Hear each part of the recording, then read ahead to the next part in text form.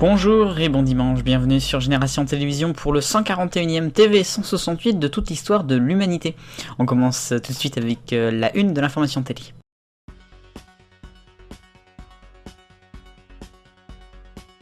Et bah la une, le petit virus dont tout le monde parle, on est obligé de parler du coronavirus, de cette pandémie qui est passée bientôt au niveau 3 je crois.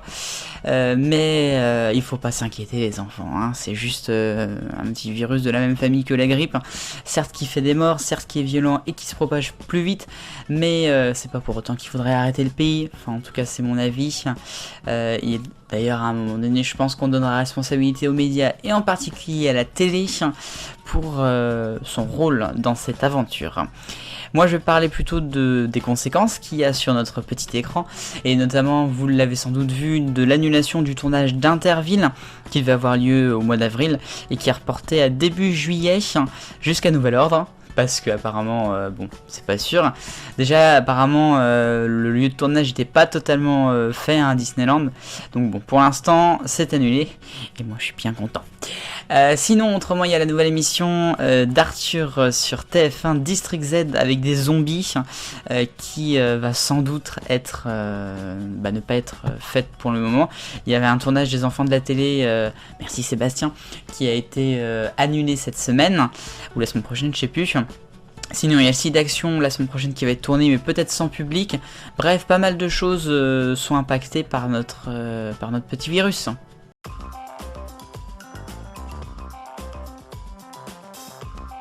Le Rayon Actu TV 168, et on commence avec M6 qui joue au Lego Master. C'est une nouvelle émission produite par Endemol Shine qui pourra arriver avant la fin de saison et qui en fait serait tout simplement des personnes qui doivent construire que avec des Lego, des bâtiments, ou enfin des choses en tout cas sur un thème. Il y aura des experts, il y aura un animateur. C'est une émission qui existe déjà sur Channel 4 au Royaume-Uni et puis bien sûr aux États-Unis. Dans l'actualité, France 3 va revenir le 27 mars prochain sur les années 70. Ça sera en prime time le vendredi soir avec Laurie Tillman. Un voyage totalement dans le temps avec des costumes, des décors, sans doute des musiques, des sketchs.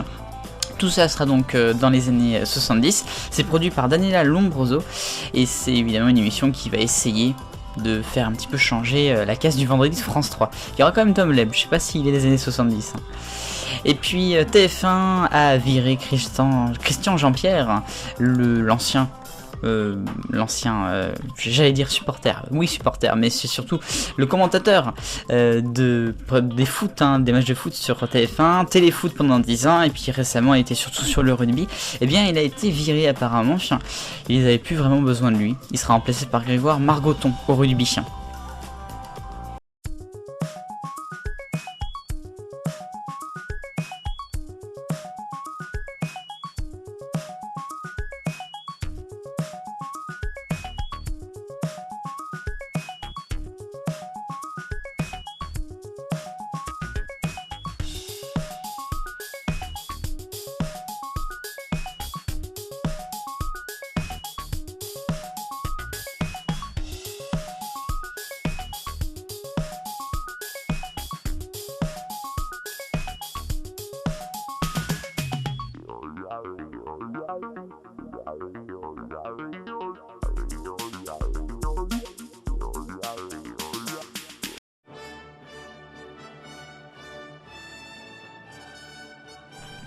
Et c'est l'instant Eurovision, vous avez reconnu la musique mythique, alors que le concours adulte de la chanson va se dérouler le 16 mai prochain à Rotterdam.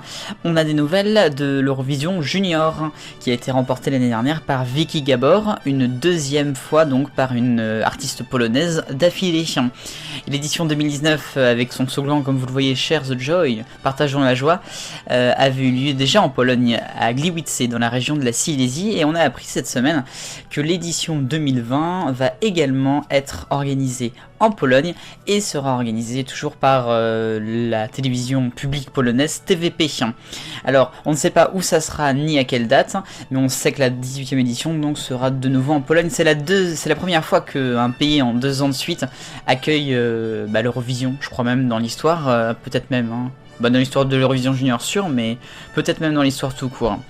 À noter donc on essaiera de voir quand même s'il n'y aura pas trop de triche, parce que si la Pologne gagne 2 fois de suite, il y a peut-être eu des petits trucs, même si c'était mérité quand même.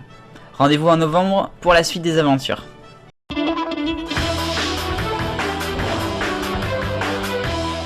Mon point cette semaine, eh bien je vais encore taper sur Nagui, je suis vraiment désolé, mais j'avais pas trop le choix, mais après il faudrait peut-être que j'arrête quand même. Mais bon, avec Interville ça m'a rendu fou, alors on va en pousser un peu. Cette semaine, dans N'oubliez pas les paroles, je crois que c'était jeudi soir, il y avait la chanson Oh les filles de Au bonheur des dames, tout le monde la connaît, c'était une chanson culte, et Nagui a décidé de changer les paroles avec son équipe. Alors certes, ça part au départ d'un bon sentiment, puisque il y a un mot notamment qui est PD, il a voulu remplacer ce mot par gay. Bon, ça change pas grand chose, mais ça peut être important pour les personnes qui sont discriminées à cause de ça, etc. Mais d'où viens-tu l'idée, cher Nagui, de devoir changer les paroles d'une chanson? Pourquoi pas maintenant que tu vas te désigner tout simplement l'auteur, peut-être, de Oh les filles? C'est quand même très bizarre, c'est mon point. La question 168, les débats locaux de France 3, pourquoi un tel flop? Eh bien, principale réponse, vous m'avez répondu que c'était à cause de médiamétrie. Ensuite, c'est nul la formule, et problème de choix dans les villes. Moi je suis d'accord avec les trois, de toute façon. Mais bon, ça reste quand même France 3 en toute sa splendeur, surtout quand on a vu le deuxième débat qui a fait pareil. Allez, nouvelle question cette semaine, vendredi soir c'était Les Enfoirés, le concert. Est-ce qu'il est à la page télévisuelle? Bien sûr pas la page financière, on en a besoin, mais télévisuelle.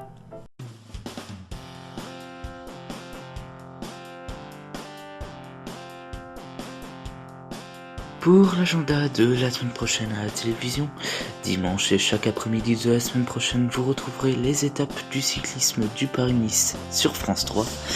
Lundi soir en prime, c'est le lancement sur M6 de la saison 15 de L'amour est dans le pré. Et mardi soir sur France 2, vous retrouverez le doc La Terre vue de l'espace.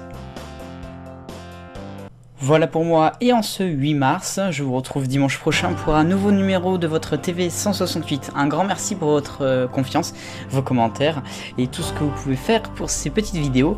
Vive le bonheur, on est tous des millions de copains, salut.